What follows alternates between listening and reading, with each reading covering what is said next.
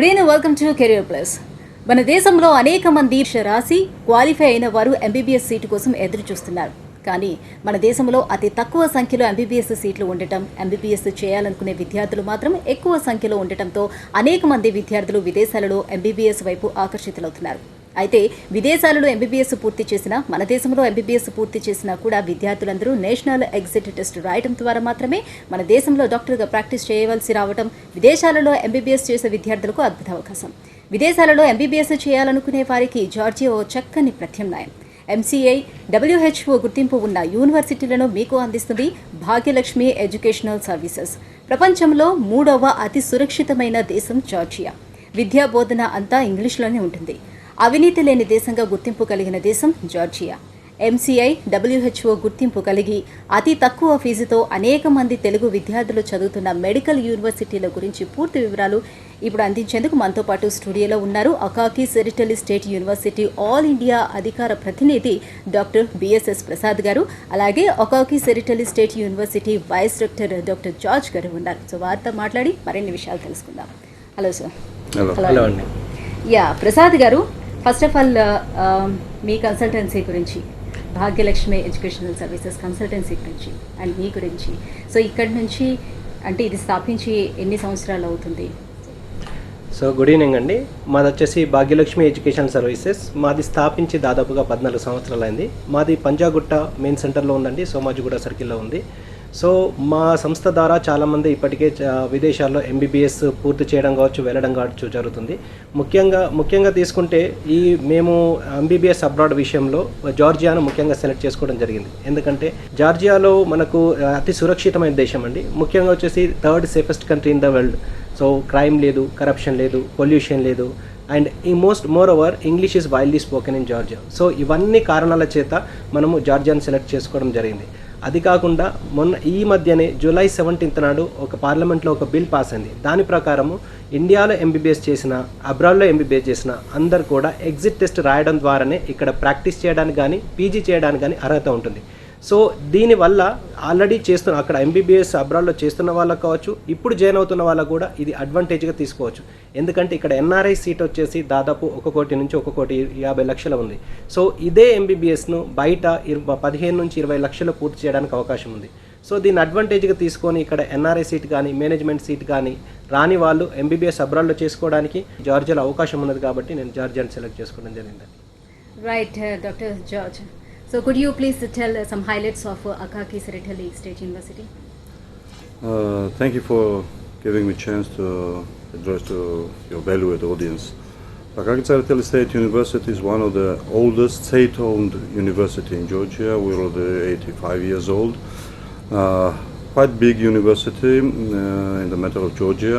We have around 11,000 students. Currently we have 9 faculties, among them medicine, most interesting for India, I hope. We offer around 150 programs in all over the levels of higher education. I mean bachelor, master and PhD. We have also one-step programs for MD program in medicine. Our faculty our university is one of the fast-growing university. Keep in mind the number of students, number of programs. We are accredited by the Accreditation Board of Georgia. We are quite well-known university all over the world.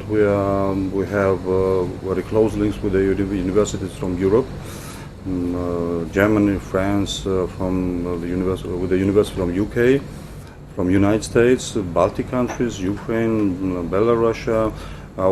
Of course, our southern neighboring countries like Turkey, Iran. We start to find the possibilities to have the closer links with the Indian universities. With the help of Mr. Prasad and his organization, we are going to make more deep relations with the Indian part. Keep in mind, the relations with the university, but also to recruit students for our English language programs that we have at our university. And we have some of them. First of all, we have the biggest one. It's a medical program. We have also the pharmacy in English. We have master program also in leadership and management in higher education. We are on our way to create a new program for business administration in bachelor level. Instead of academic programs, we have special courses in English we offer to the students from any students of international students. Right Prasad గారు, ఇప్పుడు medical కాలేజ్తో పాటుగా దాంతో అటాచ్డ్గా hospital కూడా ఉండాల్సి ఉంటుందా? So దానివల్ల ఏంటి ఉపయోగం, ఒకవేళ ఉండకపోతే ఏంటి నష్టం? సో ముఖ్యంగా మన ఇండియాలో తీసుకుంటే ఇప్పటివరకు MCI medical council of India ఒక హాస్పిటల్ ఉంటేనే వాళ్ళకు ఎన్ని బెడెడ్ హాస్పిటల్స్ ఉన్నది, ఎంతమంది ఓపీ వస్తున్నారు, దాన్ని బేస్ చేసుకుని పర్మిషన్ ఇవ్వడం జరుగుతుంది. కానీ అబ్రాడ్లో అలా ఉండదు. సో హాస్పిటల్ సపరేట్గా, తర్వాత యూనివర్సిటీ సపరేట్గా ఉంటుంది. సో ఒకవేళ అటాచ్డ్ హాస్పిటల్ లేకపోతే వాళ్ళు వేరే ప్రైవేట్ హాస్పిటల్స్ మీద డిపెండ్ అవ్వాల్సి ఉంటుంది.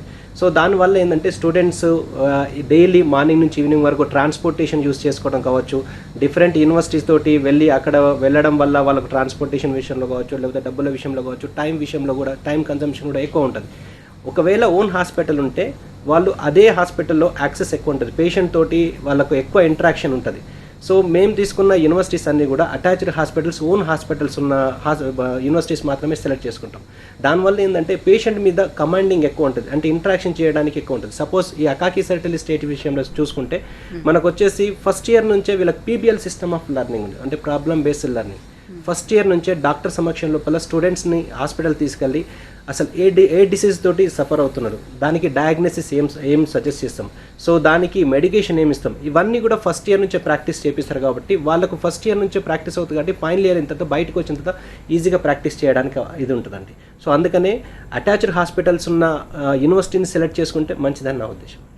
Right doctor George, so what about faculty and how is the teaching methodology in అకాకి? We all know that we live in the period of rapid changes, and these changes taking place every day in our life, and both in the education sphere. And I'm talking about also the teaching methods, assessment methods, where our universities try to be in step of these changes. That's why I mentioned that we have very close links with the European universities, and every time we are informed about these changes that take place in Europe. It means also in Georgia. So we, as a university, we try to have these novelties, and I can say that medical faculty of our university is one of the fast-growing faculties among others. And because we have international students for this faculty, and we have quite well-known and high-qualified staff for these faculties. Now coming to the teaching methods and assessment methods. Mr. Prasad already mentioned about the PBL, if I understand correctly. So, but instead of PBL, it means the problem-based learning. We also have the so-called case-based learning, which requires to have a close link with have the close link between universities and clinics and hospitals. And by the way, one of the functions for our city, Kutaisi, it's appeared that it's a medical function. There are many hospitals and clinics that are in our city, and we have agreements and memorandums of cooperation with all of these clinics. Besides, we have our own clinic, university clinic. It means that we can offer to our students all new methods of teaching and assessment, which is more oriented to make more active our students, not just listening but doing, studying by doing. And usually our students, they participate in all activities we have, the hospitals have inside, and it helps to our students not only to gain just the general theoretical knowledge, but to have them to upgrade their professional skills. That's why the graduates of our academic programs, they are very competitive on the job market. We hope. Is there any affiliated hospitals? Hospitals? Affiliated hospitals is there? Yes, we have our own university hospital. It means that our students, they have open access to everything and every activities they have at the hospital. Right Prasad గారు, ఇప్పుడు ఒకవేళ ఈ Georgia university ఏదైతే మీరు చెప్తున్నారో అకాకి university, so దీనికి WHO and MCA గుర్తింపు ఉందా? అండ్ ఒకవేళ పేరెంట్స్ ఆ యూనివర్సిటీ గురించి తెలుసుకోవాలంటే అక్కడికి వచ్చి చూడడానికి అవకాశం ఉంటుందా? యూనివర్సిటీస్ కూడా WHO world health organization recognition కావచ్చు, medical council of India recognition కావచ్చు, మెడికల్ కౌన్సిల్ ఆఫ్ కెనడా, ఇప్పుడు అకాకి సెరటల్ స్టేట్ యూనివర్సిటీలో తీసుకుంటే మెడికల్ కౌన్సిల్ ఆఫ్ కెనడా కావచ్చు, ECFMG రికగ్నేషన్ కూడా ఉన్నాయి. ఆల్ ఓవర్ ద వరల్డ్ ఉన్న ఆల్ మేజర్ కంట్రీస్ యొక్క రికగ్నేషన్స్ ఉన్నాయి. కాబట్టి ఈ అకాకి సెరటల్ స్టేట్ యూనివర్సిటీలో చదివిన స్టూడెంట్కు ఫర్దర్గా పీజీ చేయడానికి ఎక్కడైనా ప్రాక్టీస్ చేయడానికి యాక్సెస్ ఉందండి. సో దీని గురించే మేము అకాకి సెరటల్ స్టేట్ యూనివర్సిటీ సెలెక్ట్ చేసుకోవడం జరిగింది. So George sir, so what are the main advantages of studying medicine in Georgia? As I mentioned already, we are the country associated partner of the European Union, but in the educational sphere we can say that we are already part of Europe, because in a couple of months ago we became the member of European Association of Quality Enhancement. It means that all the requirements they have for the universities in Europe, we must follow these requirements. So it means that we are already a part of Europe in the educational sphere. This is generally about Georgian University, but to come back to the Akaki Sereteli State University, I can say the several things which is make them more beneficial to study at our university for our international students. This is high qualified staff.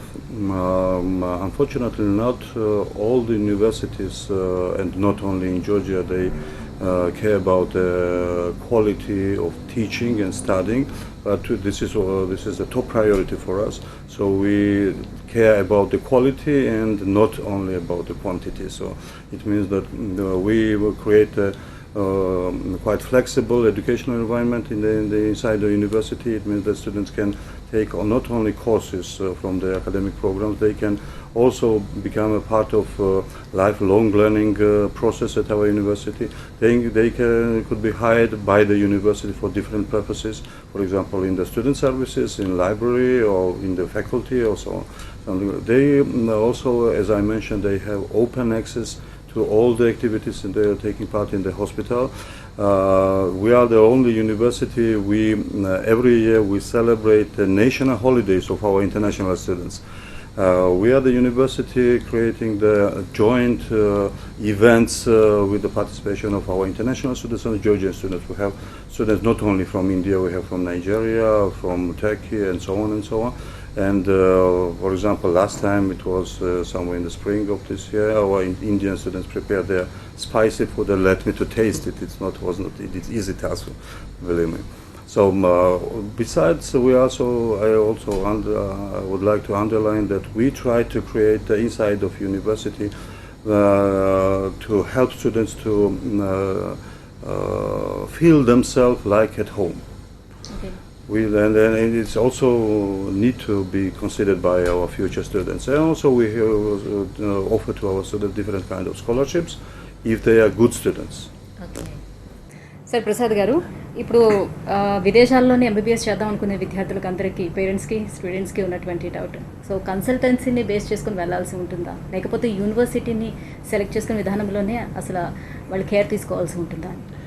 So నేను ఈ విషయంలో క్లియర్గా explain చేసేదంటే, student వెళ్తున్న university ఒకవేళ బాగుంటే, ఆ country బాగుంటే, ఆ యూనివర్సిటీ బాగుంటే, ఒకవేళ ఈ కన్సల్టెంట్ ఇచ్చే సర్వీసెస్ అన్నీ కూడా అడిషనల్గా కావాలి. కానీ అక్కడ ఒకవేళ సపోజ్ ఆ కంట్రీలో చలి ఎక్కువ ఉంటే కన్సల్టెంట్ ఏం చేయడు, అక్కడ క్రైమ్ ఎక్కువ ఉంటే కన్సల్టెంట్ ఏం చేయలేడు, డిస్టెన్స్ ఒకవేళ 4 to 5 days ఫ్లై చేయాల్సిన అవసరం, లేకపోతే 4 to 5 ఫ్లైట్స్ మారాల్సిన అవసరం ఉంటే కన్సల్టెంట్స్ ఏం చేయలేడు.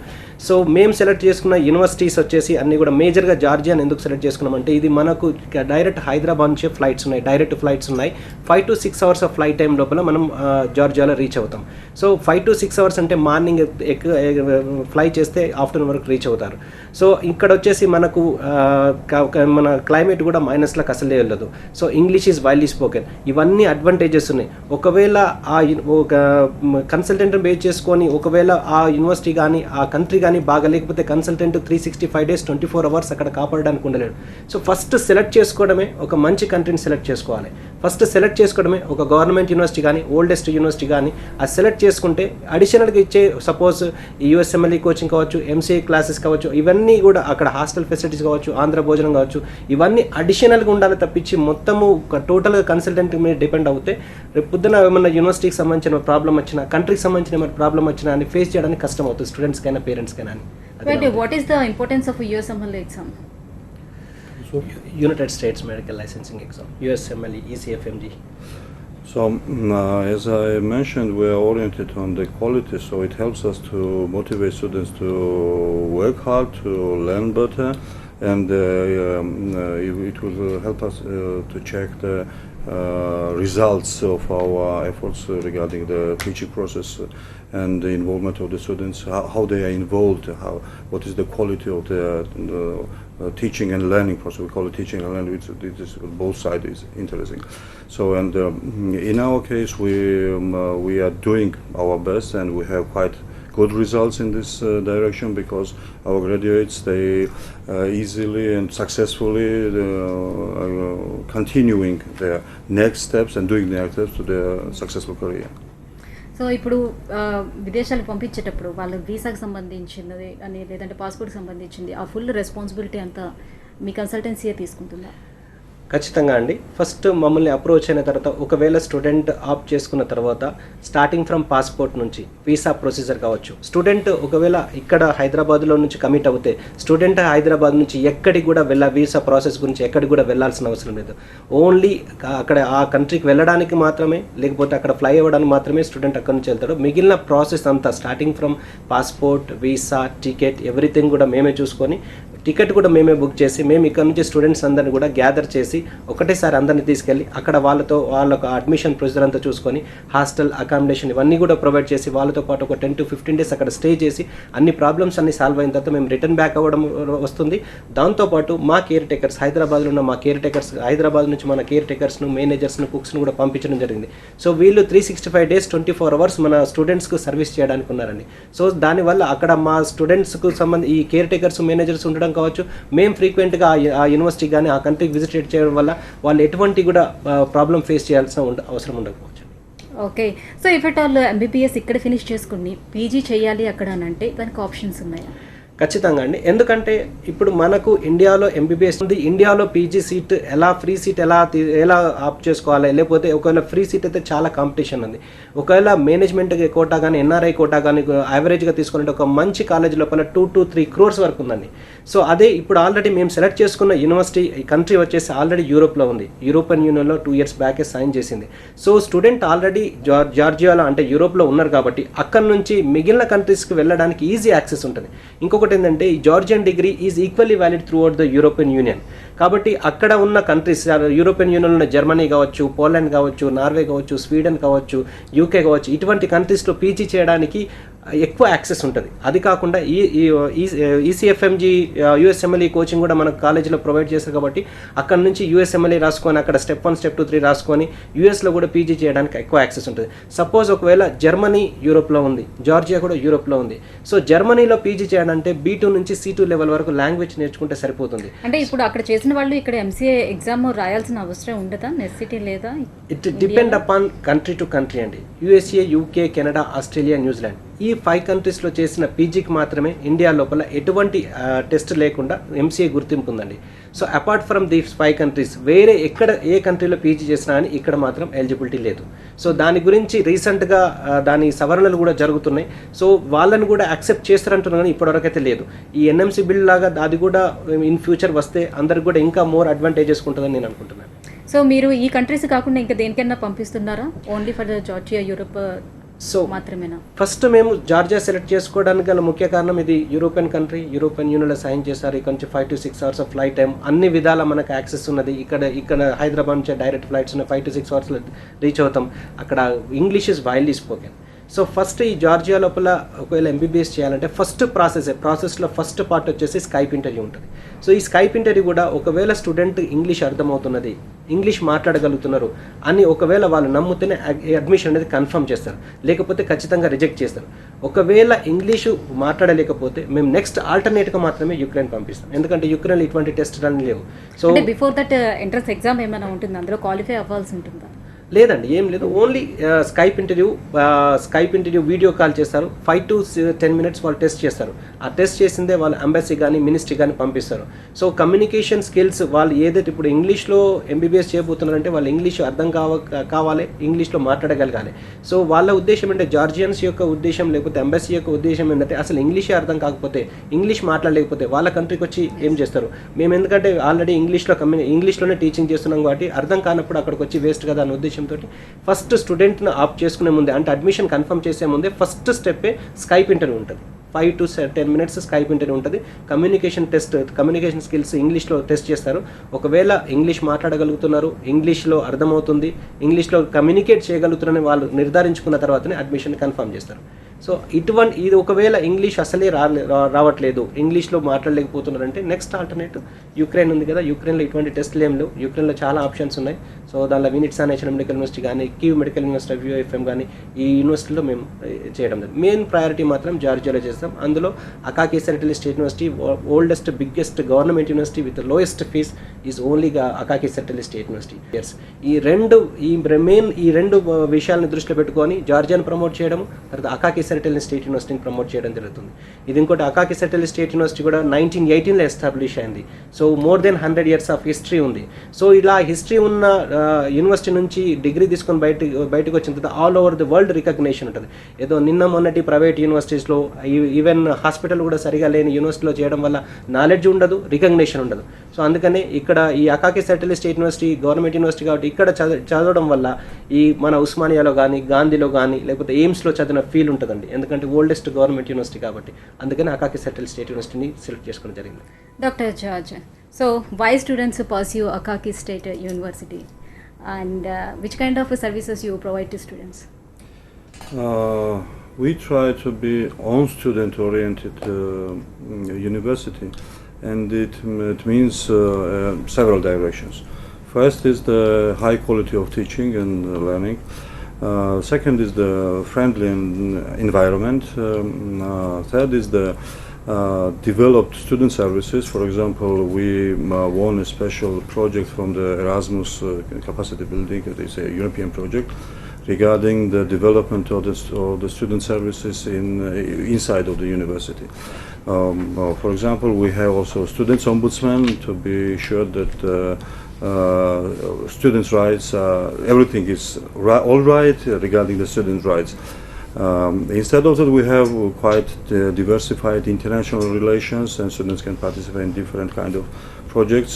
We have very close links with the businesses, industry, hospitals, and it means that students can develop their professional skills. We offer not only academic programs, we also offer some training courses. It means that students can enrich their knowledge and develop their skills in different directions inside the programs. Right. Thank you so much అండి. So అకాకి సెరటల్ యూనివర్సిటీలోని MBBS చేయడం వల్ల ఎలాంటి ఉపయోగం ఉంటుందని అంశం తెలియజేసినందుకు. ఇది వాళ్ళ కెరియర్ ప్లస్ చూస్తూనే ఉండండి TV9.